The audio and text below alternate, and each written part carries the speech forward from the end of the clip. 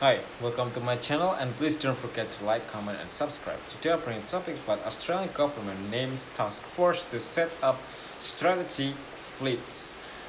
Australia's merchant fleet numbers just 14 ships despite the country's dependence on seaborne trade, Melbourne Terminal or Patrick. It's published on October 2022 by the Maritime Executive, Australia's Labor government, which took office in May 2022, is following through on its campaign promise to launch a strategic national fleet of commercial cargo ships.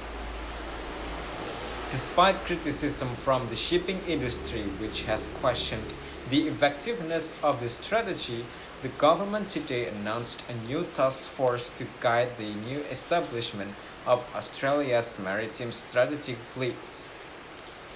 As a candidate, now Prime Minister Anthony Albanese in January said that if elected, his Labor government would strengthen Australia's economic sovereignty and national security by building an independent strategic fleet. It is to secure ongoing access to fuel supplies and also other essential imports. Albanese said that more than most nations, Australia is dependent on the seaborne trade. During the campaign, they blamed the government of Scott Morrison for the steady decline in Australia's national fleet. While more than 6,000 vessels arrived in Australian ports last year, the government says that the Australian flagged fleet had shrunk to just 14 vessels over the past 3 decades. There is also an increasing shortage of skilled deck and engineering officers to man the ships.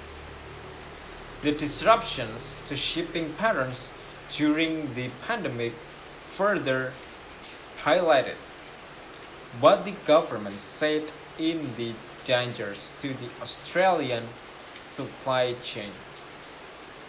Australia relies on the shipping to support our economic and social well-being, with an incredible 99% of the volume of our goods trade moved by sea, said Catherine King, the Infrastructure, Transport, Regional Development and a local government minister.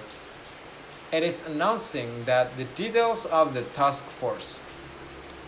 It is essential that we make sure Australia continues to have a robust supply chains so we get food, fuel, medical supplies and other critical cargo to support Australian industries, the community and protect our national interests.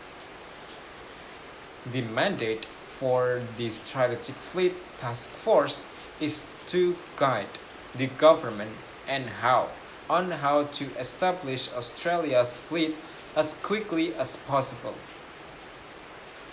It will also provide advice on what legislative or regulatory reforms are necessary to support the strategic fleet and Australian shipping. The task force is chaired by John Mullen, who worked in the transport and infrastructure industry for 20 years along with Angela Gilham, a shipping policy specialist with Maritime Industry Australia, that has been a strong advocate of the fleet.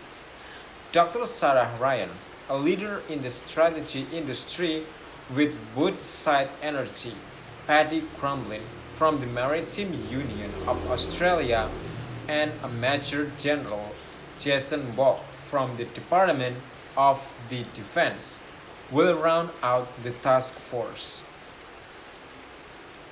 The task force will deliver its advice to the government in 2 phases.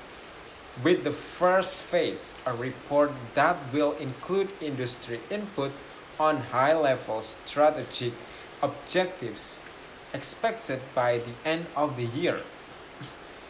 The second phase will identify ship options and other needs for a strategic fleet and is expected to be complete by June 2023. Under the government's plan, the strategic fleet will be made up to 12 vessels. They will be able to Australian flagged and crewed and maintain commercial operations.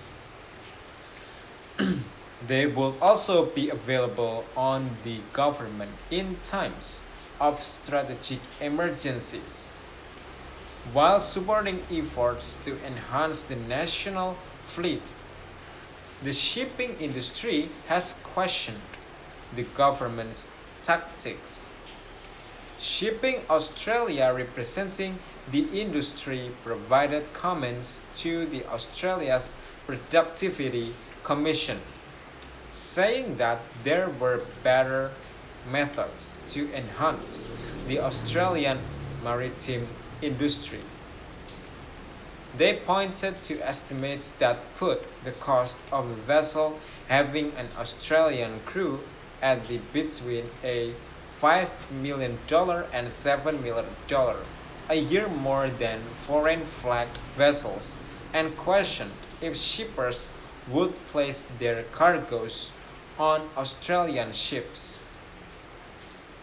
The organization also pointed out to the U.S. success at the chartering ships during the Gulf War, saying it was more effective than maintaining a national fleet.